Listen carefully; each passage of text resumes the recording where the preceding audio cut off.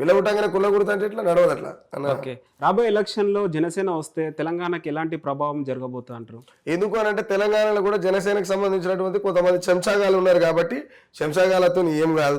నేను ఎందుకనంటే నైజాం వాళ్ళని సాగలైలమ్మ లాంటి ఆమె సావుకు కూడా సిద్ధపడి రోగలు పడిన అందుకొని నైజాం వాళ్ళు సావురాత రాసిరాళ్ళు సావురాత రాసిరు మాటలా. కాబట్టి నేను ఏమంటానంటే జనసేన ఈడొచ్చి చేయవలసినటువంటి పని ఏముంది? ఇలా జనసేన వచ్చి ఇక్కడ మేము పాగా వేస్తాం, మేము ఇక్కడ తిరుగుతామంటే వాళ్ళు రేవంత్ రెడ్డిని అవమానిస్తున్నట్టు. మరి రేవంత్ రెడ్డికి సోయలేదా? రేవంత్ రెడ్డికి సోయలేదా? ఈడ పరిపాలన బాగలేనప్పుడు ఇంకోటి వస్తాడు, అవునా కదా? కల్వకుంట్ల చంద్రశేఖరరావు పరిపాలన బాగలేదు, ప్రజల్ని మోసం చేస్తుండే, 1000 కోట్ల అప్పును చేసి తెలంగాణని బంగారు తెలంగాణ కాదు అప్పుల తెలంగాణగా చేస్తున్నాడు అని చెప్పి ప్రజలు భావించారు. కాబట్టినే ఎవడో ఒకటి ఉండాలి, గుడ్డిదో ఎడిదో మొత్తం మీద గేట్ కావాలి ఒకటి ఉండాలి కాబట్టి రేవంత్ రెడ్డిని తీసుకొచ్చి కూర్చోబెట్టారు కదా. మరి ఈడ రేవంత్ రెడ్డి ప్రభుత్వం ఉన్నప్పటికీ కూడా నువ్వు వస్తున్నావు అంటే నువ్వు రేవంత్ రెడ్డితో మాట్లాడాలి కదా పవన్ కళ్యాణ్.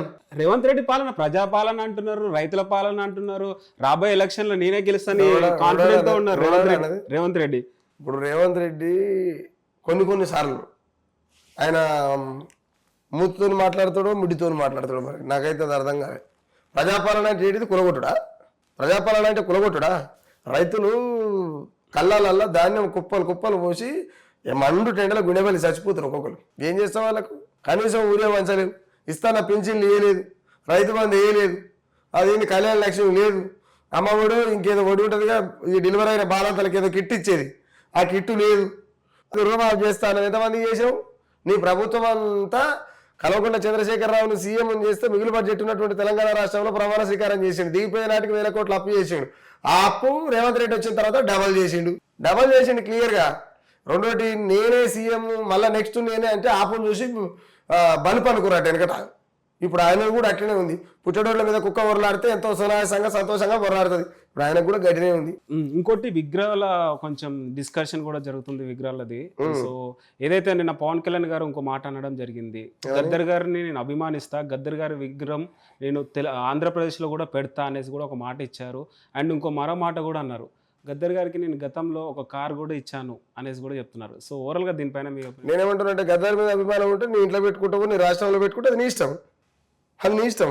కానీ మీ దిష్టి బొమ్మలు తీసుకొచ్చి మా తెలంగాణ బుడ్రా లెక్క పెడతా అంటే ఎట్లా ఒప్పుకుంటావు? నువ్వు ఖచ్చితంగా పెట్టాలని మేము అన్నీ అవునా అన్నవా? తెలుగు అనేదానికి ఒక గుర్తింపు తెచ్చారని చెప్తున్నారు ఎన్టీ రామారావు. వెనకట ఒక సామెత ఉంది. వెనకట సామెత ఏముంటుంది అంటే భార్య భర్తను అడుగుతాడు, నేను పుట్టకపోతే ఎవరు చేసుకుంటావా అని అడిగిందట భర్తని. ఇక ఆ మాట మనం చెప్పొద్దు కాబట్టి చెప్తలేదు, తెలంగాణలో అది అర్థమవుతుంది. నేను పుట్టకపోతే ఎవరు చేసుకుంటాం అంటే నీ అయ్యా మరొకరిని చేసుకుంటారు, అంతే కదా. కాబట్టి నేను అంటే ఆయన పుట్టకపోతే ఇక్కడ తెలివే లేదు అంటే ఎవరు ఎన్టీఆర్ రామారావు లేనప్పుడు ఇంతప్పుడు తెలుగు మాట్లాడలేదా? మరి ఆయన వచ్చినాక తెలివి నేర్పిండా? చాలా స్కీములు పథకాలు కూడా తెచ్చిందని చెప్తుంటారు కదా. ప్రభుత్వాలు ఉన్నాయి దేనికి? మరి ప్రభుత్వాలు ఉన్నాయి దేనికి? ప్రభుత్వాలు ఉన్నాయి చేస్తానికే కదా. ప్రజలు దేనికి అనుకున్నారు? 100 చెప్పి 10 చేస్తారు. ఆ 10లో కూడా అన్నీ ఎక్కడికక్కడ ప్యాకేజీ లీకేజీ ఉద్యమాల పనులే చేస్తారు కదా. ఆయన నిలబెట్టింది ఏంది ఇక్కడ? మరి నిజంగానే బాగు చేస్తే ఇప్పటికీ తెలంగాణ ఈ ప్రాంతం అంతా ఎందుకు ఇంకా అఘోరంగానే ఉన్నది? ఎక్కడైనా ఆనవాళ్ళు కనబడాలి కదా. రెండోటి రామారావు బొమ్మ ఇక్కడ పెట్టడానికి, రామారావు బొమ్మ తెలంగాణలో పెట్టడానికి రామారావు బొమ్మలు లేవా తెలంగాణలో? ఇష్టం వచ్చినట్టు పెట్టుకున్నారు ఆంధ్రప్రదేశ్గా ఉన్నప్పుడు. ఇంకా మళ్ళీ ఇప్పుడు కొత్తగా బొమ్మలు పెట్టాడు ఎందుకు? ఇదంతా డైవర్షన్ పాలిటిక్స్లో భాగమే రేవంత్ రెడ్డి చేసేటువంటి పని. రెండోటి అదే రామారావుని చాలాసార్లు మాట్లాడాడు కదా రేవంత్ రెడ్డి ఉల్టా. నేనేమంటానంటే ఒకప్పుడు దొంగేట అవుతాడు, ఇప్పుడు దేవుడేట అవుతాడు. మీ అవకాశాల కోసం అవనే మారుస్తారా? తప్పు కదా అన్న. ఇప్పుడు పవన్ కళ్యాణ్ గారు నిన్న ఏదైతే స్పీచ్ మాట్లాడారో రేవంత్ రెడ్డి గారు రియాక్ట్ అవ్వట్లేదు, కానీ రేవంత్ రెడ్డి గారి పార్టీలో ఉన్న కొంత నాయకులు మాత్రమే రియాక్ట్ అవుతున్నారు. దేనికి అయ్యుండొచ్చు మరి? నేనేమంటానంటే రేవంత్ రెడ్డి ఏం చేశాడంటే దూడం జీకమంటాడు, బర్రెందన్నం అని చెప్తాడు. దూడం జీకమని బర్రెందన్నం అంటాడు. దూడేమనుకుంటుంది, అరే పాలు జీకమంటుంది అని చెప్పి అది మంచిగా ఉంది, కానీ బర్రెకెరక రొమ్మును గురుస్తుంటే ఎంత మాట మాతుంటుంది అని కదా. అందుకని ఆయన దూడం జీకమంటాడు, బర్రెందన్నం అంటాడు. ఆయన మాట్లాడాడు పవన్ కళ్యాణ్ నేను ఇక్కడ పాక వేస్తున్నట్టని ఇది ప్రజాప్రభుత్వం కాదు, ఇది పైశాచిక ప్రభుత్వం, ఇది పాడల మీద ప్రజల్ని వండబెట్టి ఊరేగిచ్చేటువంటి ప్రభుత్వం అని చెప్పి క్లియర్గా చెప్పగానే చెప్పిండు కదా పవన్ కళ్యాణ్. మరి పవన్ కళ్యాణ్ని రేవంత్ రెడ్డి అడగాలి. మరి రేవంత్ రెడ్డి ముఖం ఎడబెట్టుకుంటాడో ఈయన ముఖమే పవన్ కళ్యాణ్ ముఖం ఎడబెట్టుకుంటాడో తెలుస్తుంది. రెండోటి అంటే పోయి ఆయన నిక్కచ్చిగా ఉండేటువంటి 5-10 మందితో పెట్టుకుంటుండు. ఎవరు పవన్ కళ్యాణ్ కావచ్చు, రేవంత్ రెడ్డి కావచ్చు. అది వాళ్ళ మనుగడకే చాలా ప్రమాదాన్ని తీసుకొచ్చి పెడతాయి. మనకు అది అర్థం అయితే లేదు, తెలిసి వస్తుంది ఖచ్చితంగా అన్న. ఓకే. అండ్ సుఖరాం నర్సయ్య అంటే పాటతోటి ఉద్యమాలు చాలా చేశారు. సో ఒక్కసారి మా ఆడియన్స్ కోసం మీకు ఇష్టం. అంటే నేను పాటతో పెద్ద ఉద్యమం ఏం చేయలేము, మనం ఏం పెద్ద అదేం కాదు.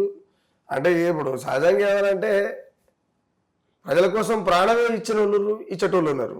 మనం పాట పాడలేమా అనేటువంటి ఆలోచన తప్ప మనం పెద్దగా అదేం కాదు. నేను చాలాసార్లు చెప్తుంటా, నేను అంటే పబ్లిక్ కూడా నేను చెప్తుంటా. నెక్స్ట్ ఇప్పుడు మీ ఛానల్కి వెళ్ళి ఒక పాట చేసేది, అసలు తెలంగాణ ఎందుకు తెచ్చుకుర్రు ఏం సంగతి పైన సాంగ్ ఉంది ఇప్పుడు.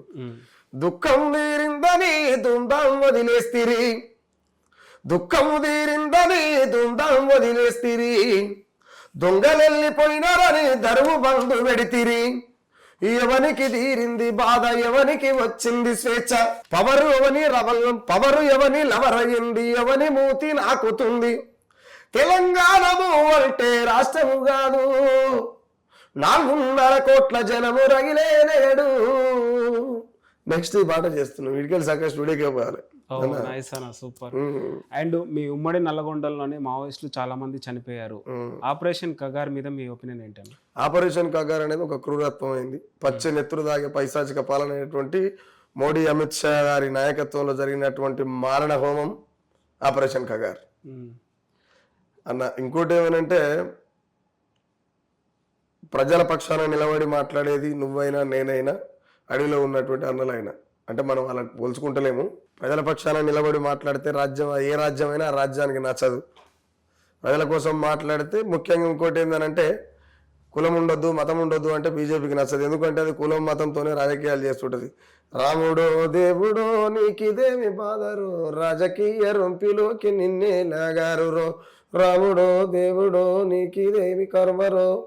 వెనకట నేను చిన్నగున్నప్పుడు ఈ పాట, వాళ్ళు రాజకీయాలకు చేతగాక వాళ్ళకి ఏం చెప్పాలో అర్థం కాక రాముని తీసుకొచ్చి రాముని పేరుతో రాద్ధాంతాలు చేసుకుంటా, మత విద్వేషాలు లేపుకుంటా, కుల విద్వేషాలు లేపుకుంటా, మనవాదాన్ని మనసుల మీద రుద్దుకుంటా, మనిషిని చూడకుండా వాళ్ళు జంతువుని ప్రేమించమంటాడు, మనిషిని చంపమంటాడు. జై శ్రీరామని కూడా మనుషులను చంపడం ఏంటంటే ఎంత దుర్మార్గం, ఎంత దుర్మార్గం చెప్పు.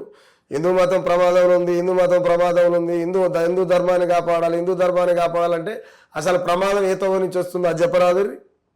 గోమాతను శిక్షించకూడదు, గోమాతను రక్షించాలంటారు కదా. నేనేమంటున్నంటే ఆర్ఎస్ఎస్ కావచ్చు, బీజేపీ కావచ్చు, హిందూ ప్రేమికులు కావచ్చు, హిందూ మతం కోసం సచ్చేటోళ్ళు చంపేటోళ్ళు ఎవరైనా కావచ్చు, సింపుల్గా ఈ దేశం హిందూ మతం స్వేచ్ఛగా బతకాలని మీరు యుద్ధం చేస్తున్నామని చెప్పి కపట ప్రేమలు వస్తున్నారు కదా బీజేపీ వాళ్ళు. నేనేమంటున్నంటే గోమాతని జాతీయ జంతువుగా చేస్తే ఇక్కడ ఎవడు వధించాడు కదా, పంచాయే లేదు కన్నా. మరి ఎందుకు చేయరు?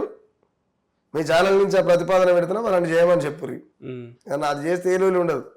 రెండోటి ఏంటంటే బీజేపీ అనేది తత్వం, వ్యక్తిత్వం, మానవత్వం, సమానత్వం, ధర్మం, ఈ పదాలకి ఒక్కదానికి కూడా డెఫినేషన్ తెలియనటువంటి పార్టీ క్లియర్గా. ఎందుకు అంటే ధర్మం అంటారు, ఆ ధర్మాలు చేసేది మొత్తం బీజేపీలే.